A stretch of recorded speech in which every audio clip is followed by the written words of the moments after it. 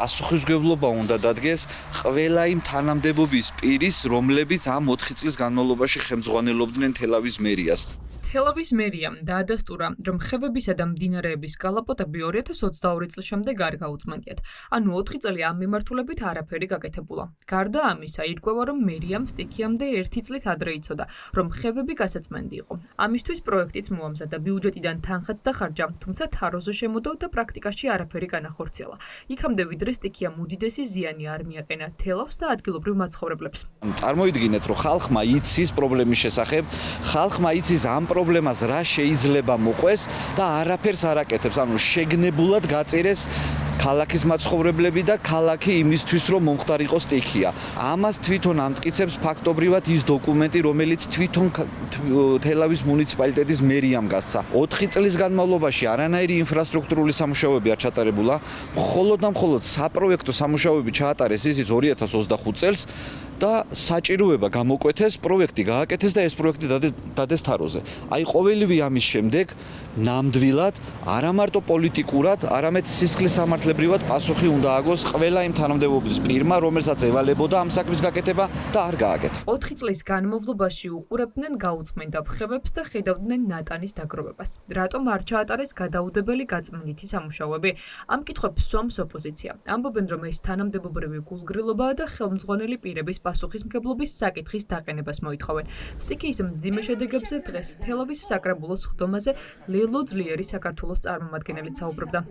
რა დროს სპორტული ინფრასტრუქტურა ხარ? კისის ხევის ხევი, რომელიც არის საშინელ მდგომარეობაში. მოსაწყობია დამბები და ასე შემდეგ. ის ფული მივმართოთ მაქედონიაში. ეს მაგალითი კარგად აჩვენებს თუ როგორი დამოკიდებულება გააჩნია ქართულ ოცნებას, ქართული ხალხის მიმართ, გულგრილობა, ეს იკვეთება ყველა დონეზე. იგივე მაგალითი შეგვიძლია ვთქვათ, თელავის განვითარების გენერალური გეგმა, მხოლოდ ფურცლებზეა ეს კომისია, მხოლოდ ფურცელზეა შექმნილი და არ არის განვითარებული და არ მუშაობენ ამ საკითხზე, რადგან ამ ქვეყანაში კორუფციული და კომერციული ინტერესები ერთმანეთის თანხმედრაშია ქართული ოცნების მმართველობის პირობებში.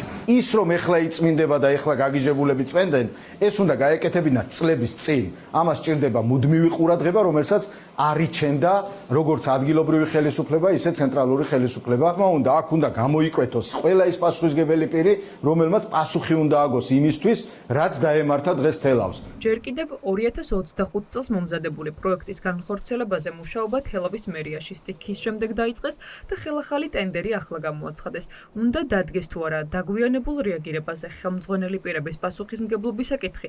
ამ კითხვაზე პასუხი იმ გამოძიებამ უნდა გასცეს, რომლის ჩატარებაც კობახიძემ სტიქიის მეორე დღეს დაანონსა. პრემიერმა თქვა, რომ ამას გამოიკვლევენ და რა თქმა უნდა ყველაფერი უნდა გაკეთდეს იმისათვის, მათ შორის რაც პრემიერმა დაანონსა, რომ გაირკვეს მიზეზები დეტალურად რა მოხდა. თავიდან ბოლომდე ვერც ერთ სახელმწიფოში ვერავინ ასეთ ტიპის ბუნებრივ მოვლენებს ვერ აიცილებს, მაგრამ მაქსიმალურად რაც არის შესაძლებელი მომენტისთვის, რა თქმა უნდა, ამასთან დაკავშირებით სახელმწიფოს უნდა კონდეს თავისი სისტემა აწყობილი. როგორ უნდა ავირიდოთ სტიქია? მაშინ, როდესაც მდინარეები ღვარცოფულია და შესაძლებელია ნებისმიერ დროს სტიქია განვითარდეს, აუცილებელია ხევებისა და მდინარეების მუდმივი მონიტორინგი და კალაპოტების სულ მცირე ყოველწლიური გაწმენდა. ეს არის გეოლოგების რეკომენდაცია. ყველა ხევი, ყველა მდინარე ყავს ღვარცოფული, ანუ სად მოხდება წყალმოვარდნა, ან სად მოხდება ღვარცობის შემოწოლა, ბოლომდე წინასწარ ამას ვერავინ ვერ იტყვის. იმ ფონზე, რომ კლიმატის რეალურად იცვლება, აუცილებელია, რომ ესეთი სამუშაოები უფრო აქტიურად ტარდებოდეს. ასეთი ტიპის არხებს, როგორც თელავშია, ჭირდება მუდმივი ყურადღება, მუდმივი გაწმენდა, მუდმივი შეკეთება, შეეხება ფსკერსაც, კედლებსაც და ასე შემდეგ. ერთი დეტალიც კი არ იყოს დაუზიანებელი, რადგან ერთმა დეტალმა შეიძლება გამოიწვიოს კატასტროფა. ამ შემთხვევაში საქმე გქონდა კალაპოტიდან ნაკადის გადმოსვას. გადმოსვა შეიძლება გადმოეწვია იმას, რომ არხი არ იქნებოდა გაწმენდილი, ან არხში იქნებოდა რაიმე ტიპის ნაგავი ან ნაშთი, ან არხში იქნებოდა ხემსცენარეულობა. შეიძლებოდა თუ არა 12 ივლისის სტიქიის თავიდან არიდება, ან ზიანის მინიმუმამდე დაყვანა. ეს კითხვები ისევ პასუხგაუცემელია. თუმცა ფაქტია, რომ ადიდებულმა თელავის ხევმა მოსახლეობა საფრთხეში ჩააგდო და ადგილობრივებს უპრეცედენტო ზიანი მიაყენა.